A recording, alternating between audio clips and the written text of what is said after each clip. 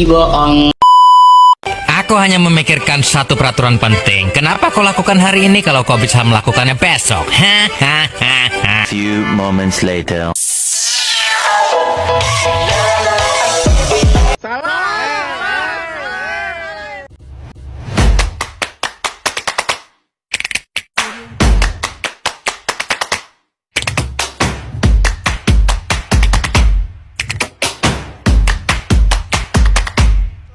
Assalamualaikum warahmatullahi wabarakatuh. Halo semuanya, perkenalkan nama saya Gesa Fitri dengan NIM 85635749 dengan prodi Fakultas Keguruan dan Ilmu Pendidikan Guru ke Sekolah Dasar.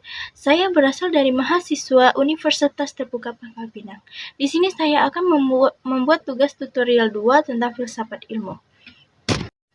Baiklah, yang pertama adalah bagaimana filsafat ilmu mengawasi dan memperkuat eksistensi, keilmian serta nilai-nilai dalam ilmu pendidikan.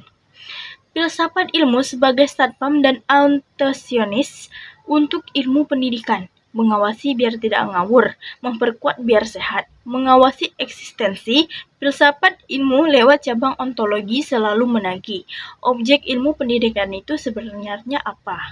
Kalau tidak jelas, ilmu pendidikan bisa hilang arah, jadi tempelan psikolog dan sosiologis. Memperkuat keilmian lewat epistemologi. Filsafat ilmu menguji cara pendidikan mendapat pengetahuan. Filsafat ilmu memaksa metode pendidikan harus rasional, sistematis, berbasis bukti. Tanpa ini, pendidikan cuma jadi kesimpulan pengalaman guru yang tidak bisa digeneralisasikan. Baiklah, yang kedua adalah bagaimana pendidikan yang bermakna dan bernilai turut memperkuat perkembangan filsafat ilmu. Hubungan filsafat ilmu dan pendidikan itu dua arah.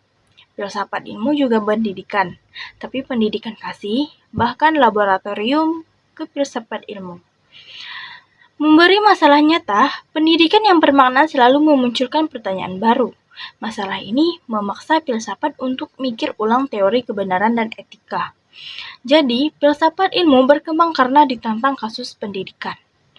Melahirkan nilai baru. Saat pendidikan berhasil menanamkan toleransi di sekolah, multikultur itu jadi bukti empiris bahwa nilai kemanusiaan universal. Itu mungkin bukti tidak memperkuat cabang aksiologi dalam filsafat ilmu. Baiklah, yang ketiga adalah mengapa filsafat ilmu disebut pisau analisis, ontologi, epistemologi, dan aksiologi dalam membedah persoalan pendidikan. Pisau ontologi, bedahnya, apa sebenarnya yang kita sebut anak cerdas? Apa itu belajar? Contoh, debat ujian nasional. Ontologi menagih apakah prestasi belajar hakikatnya cuma angka atau ada aspek karakter yang tidak terukur. Kalau hakikatnya salah, kebijakannya ikut salah. Pisau epistemologi, bedahnya, di mana kita tahu metode hafalan efektif. Penilaian ini valid tidak. Contoh, debat full day, Scott epistemologi membedah klaim anak makin pintar. Dapat datanya dari mana?